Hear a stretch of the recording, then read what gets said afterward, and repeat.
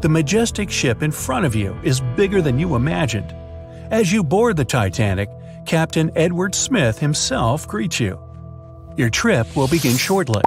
By the time the liner stops at Cherbourg in Queenstown, over 2,200 passengers and crew will be on board, embarking on their transatlantic trip. The Titanic is ready to sail, and you hear the horns from the deck as you wave goodbye to the people below. But just a few minutes later, you hear panic rising on the deck. You run up to the railings to see what's going on. It's another ship coming too close. The side of it says SS City of New York. Titanic has barely left the dock, but it looks like there's about to be a collision. The captain manages to steer clear of the other ship within just a few feet. Phew, that was close. The ship is scheduled to arrive in New York a week later on April 17th, but that's only if things go according to plan. The weather is clear until Sunday the 14th. As the vessel crosses a cold front, it encounters huge waves and strong winds. That night is quiet but cold. The Titanic starts getting warnings from other ships about drifting blocks of ice in the Grand Banks of Newfoundland. But this time, the great ship doesn't continue to travel at full speed. Instead, the captain slows her down. He wants to make sure the lookouts will have plenty of time to spot any icebergs along the way, even if it means arriving in New York behind schedule. It's 11:40 in the evening. Lookout Frederick Fleet spots a colossal iceberg right ahead. He immediately alerts the bridge. The first officer tells the steersman to go around the iceberg, and the rest of the crew members must stop the engines right away. Everyone on board is working together to avoid the obstacle. But in this story, the steersman doesn't panic. He immediately turns the wheel the right direction away from the iceberg. Many passengers have already been awoken by the commotion and jostling. Some go on the deck in their nightgowns and pajamas to see what's going on. A few peek over the right side of the ship to get a closer look. You and everyone else watch anxiously with white-knuckle grips on the railing. The stress and cold make you shiver. You can't help but wonder if the Titanic will collide with the iceberg. It's getting closer and closer. Onlookers hold their breath. It's so quiet you could hear a pin drop. And then, within a mere inch, the ship slowly sails by the ice monster. There was no contact, no gap ripped in the hull hundreds of feet long that would allow water to flood into the lower compartments. Everyone starts clapping and hugging each other. After doing all the necessary checks, the captain officially announces that everything is all right. He invites the passengers on the deck to come inside for a hot cup of tea before they go back to their cabins. You follow the group and see the captain leaving to go report the incident. He also alerts other ships in the North Atlantic to slow down and be on the lookout. Amongst those ships is the Carpathia. Nope, she continues on her course. No need to come to Titanic's rescue tonight. RMS Titanic finally reaches its destination on April 17, 1912. It's 8 hours late, but it's safe. Thousands of people come to the New York docks to admire the most luxurious ship in the world. It had a successful first voyage. Before getting off the ship, some passengers exchange addresses to write letters to each other. Like tennis players Richard Norris and Carl Baer. Both were on board the Titanic, but this time, Norris didn't spend hours in the cold water of the North Atlantic trying to help other passengers, almost losing his legs to hypothermia. And Baer was never on a lifeboat with his girlfriend, where he asked her to marry him. No, this time, he did it with friends and family around, and they all celebrated the engagement. The two tennis players end up playing their first match together later in 1912. Norris became one of the best players of his generation and won the Davis Cup 5 times. Margaret Brown was going back to the U.S. to see her sick grandchild. This time, she didn't have to help passengers get on lifeboats and never got on Lifeboat 6 herself. When Brown gets off the ship, she runs to her grandson's side. This time, she never met the crew or the captain of the Carpathia to give them an honorary silver cup. She kept doing philanthropic work, but she never became known as the unsinkable Molly Brown. Violet Jessup never liked the idea of sailing in the North Atlantic, because she knew how bad the weather could be. She was cautious, having just survived a crash a few months earlier. It was on the Titanic's sister ship, the Olympic. But her friends convinced her to join the legendary ship's crew. This time, she was never called on deck to help passengers and never boarded Lifeboat 16. She continued working on the Titanic until her retirement, meaning she was never taken on as a nurse of the Britannic, and in November 1915, it didn't become the third shipwreck Jessup would survive. Bandmaster Wallace Hartley went on the voyage to make new possible contacts for future work, but he kept playing to entertain passengers. This time, he never played music to a panicked crowd of people while the ship was sinking. He survives. He goes home to his fiancée, gets married, and starts a family. He continues entertaining people on the North Atlantic run. This time, his mourning fiancée never received his violin, and the historic Titanic memorabilia was never sold in 2013 for $1.7 million. Bertha Main met the love of her life, Quig Baxter, in Brussels while he was traveling with his mother and sister. Baxter wanted to take Main with him, so he secretly booked her a cabin under the name Mrs. de Villiers.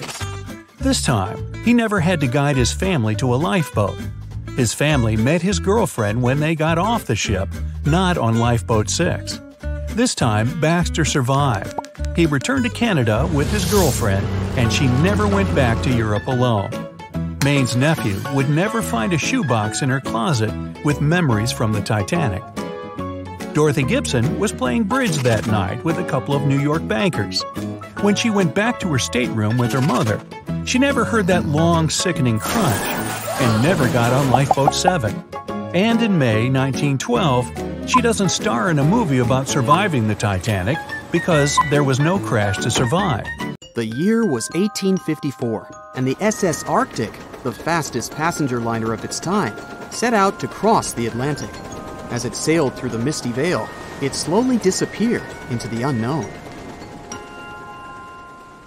The Collins Line, an American shipping company, was started in 1818 and only began seriously trading in the transatlantic by 1835. Its steamships crossed the Atlantic from Liverpool to New York within just 10 days. Doesn't sound like a great speed today, I know, but back then, the same thing took other ships several weeks. Light on the water with their wooden hulls, powering through with a strong steam engine, those steamships were the favorite choice for many high-profile people. What could go wrong with such an advanced ship, they thought. This reminds me of some other ship everyone believed to be unsinkable. But anyway, back to the Collins Line. It grew to be a serious contender on transatlantic routes, with only one other competitor, the Cunard's Line. It was a British company also aiming to be the main force through the Arctic Passage. In 1835, the company received a new ship that traveled to Liverpool and came back to New York with the largest cargo ever at that time. From then, the Collins Line was steadily growing. It seemed like there would only be future successes for it. Unfortunately, their lavish ships became costly to run with the amount of coal used. Massive power along with weak wooden hulls meant they needed many repairs after each voyage. So, every trip ended up being expensive. But since the ships were safe and had a great reputation, people were willing to pay the price, and the company was definitely not in crisis. They had achieved something no one had managed to do before them. Like I told you, their ships crossed the Atlantic in a whopping 10 days, and Edward Collins, the owner, was very determined to maintain the pace. Their 5 ships easily outran the Cunard's Line of only 3. With this great praise, it provided more attention. Though the Cunard's ships were slower with their iron hulls, they believed there was still profit, regardless of how slowly they sailed. Among Collins' ships, the Arctic, the third of them to be launched, was the largest, reaching 284 feet long, with 2 side-lever steam engines, each with 1,000 horsepower. The paddle wheels made 16 revolutions a minute when at full speed. At the time of its launch, the press called it the most stupendous vessel ever constructed in the United States. But glamour and fame couldn't avoid what would come next. On the 27th of September, the Arctic was on its journey from Liverpool to New York, continuing a speed pace through the thick fog. It's possible that by that moment, after 4 years of record-breaking trips, the crew became overconfident with their sailing and the ship. Going only 50 miles from Newfoundland, they carelessly continued through the fog with no radio contact, sonar, or any other form of identifying objects, equipped only with Morse code. A smaller ship, the SS Vesta, which operated as a fishing vessel, often worked around Newfoundland. It was passing through the same path as the Arctic and crashed into its side. Shocked by the collision, the captain of the Arctic offered help to the much smaller Vesta, but it was soon clear that the damage that seemed minor on the Arctic was far worse. Beneath the waterline, a hole was letting water into the hull. The cost of the much faster wooden hull now seemed less valuable. They steered toward land, trying to plug the holes, but they weren't doing so well, and the seawater continued to pour in, filling up higher and pushing the ship down. And finally, once the engine room was full, it put out the boilers, taking away the massive power the Arctic was once legendary for. They moved slowly until coming to a complete stop. The ship continued to sink, and the order was to abandon it. At the time, maritime law allowed for the Arctic to carry only 6 lifeboats, only capable of saving 180 people. The crew and some of the passengers managed to push their way aboard and took most of the seats on those boats. Things were pretty wild, and everyone forgot about their manners, not letting the ladies and the youngest ones board first. It took 4 hours for the Arctic to sink. 150 crew and 250 passengers were on board. Those that weren't able to find a lifeboat made a desperate attempt to build their own rafts from parts of the ship. 2 days later, only 3 boats made it safely to the shore. The other 3 were never found. Believe it or not, the rescue party also saved some people that had been clinging to the wreckage for 2 days. Unlike the crew, the captain went down with the Arctic, but amazingly survived. He would be only one of 85 people that made it, out of the 400 on board. They say nothing is ever lost, and it's true. Let's discover ships frozen in time. The first one is truly fascinating. Here, the Antikythera shipwreck. It's a Greek trading ship from the 1st century BCE. It's located on the east side of the Greek island of Antikythera and at the merging point of the Aegean and Mediterranean seas. Around 2,000 years later, in 1900, a group of Greek sponge divers discovered the wreck. They were going to Tunisia, yet they were forced to find shelter from a storm on a nearby island. Since they couldn't go anywhere due to the storm, they decided to look for sponges until the weather got calmer. One of the divers discovered the shipwreck at depths of around 130 feet. Imagine someone going for a sponge hunt, but getting out to the surface with archaeological treasures. The captain of the sponge boat talked to the Greek officials about what they had found. The officials sent 2 ships to the wreckage. The salvage operation was successful, and discoveries are now in Greece's National Archaeological Museum in Athens. The findings included 3 life-sized marble horses, jewelry, coins, and hundreds of works of art, including a 7-foot-tall Colossus statue of Hercules. Among these treasures, Antikythera ephebe, a bronze statue of a young man, caught more attention. Because the ephebe doesn't comply with any familiar iconographic model, and there are no known copies of his type, he held a spherical object in his hand. Scholars have different theories of who that person could be, but they are not in a consensus yet. More than 70 years later, Jacques-Yves Cousteau and his team went to the area and recovered hundreds more artifacts and the remains of 4 people. Interestingly, they discovered a complex set of interlocking gears, capable of predicting the movement of the sun, moon, and several planets. The mechanism can also show the times of solar and lunar eclipses years into the future.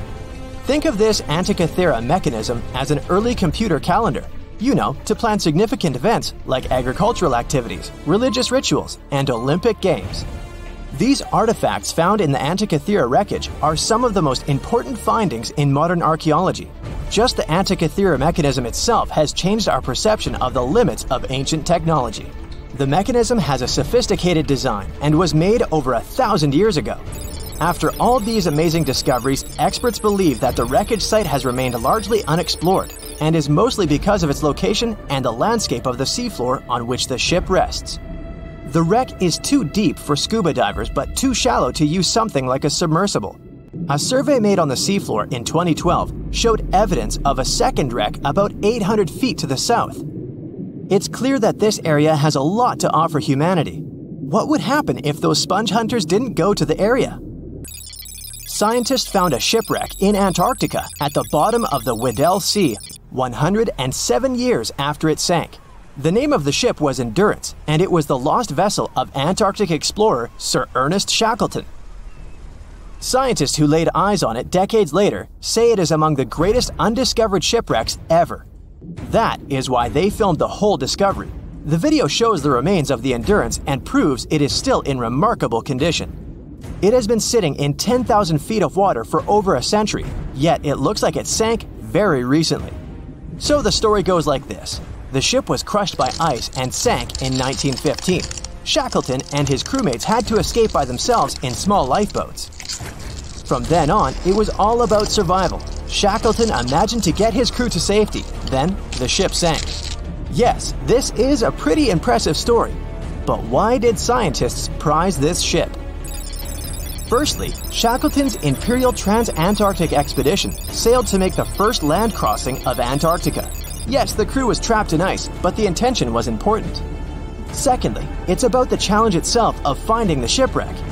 The Weddell Sea is almost always covered in thick sea ice. You know, the same ice that made the Endurance sink. Getting near the presumed sinking location is super hard, let alone being able to conduct research. Experts of the modern expedition team foresaw the time when the lowest extent of Antarctic sea ice would come using satellite images. They realized that the weather was in their favor to start an expedition. Dr. John Shears said that they have successfully completed the world's most difficult shipwreck search, fighting against constantly shifting sea ice, blizzards, and temperatures decreasing to -0.4 degrees Fahrenheit. Yeesh, I can't imagine the worst conditions in Antarctica if these conditions are in their favor. Lastly, look at this. It's timbers. They're very much intact. Plus, you can read the ship's name. It's still visible. That's it for today. So hey, if you pacified your curiosity, then give the video a like and share it with your friends. Or if you want more, just click on these videos and stay on the bright side.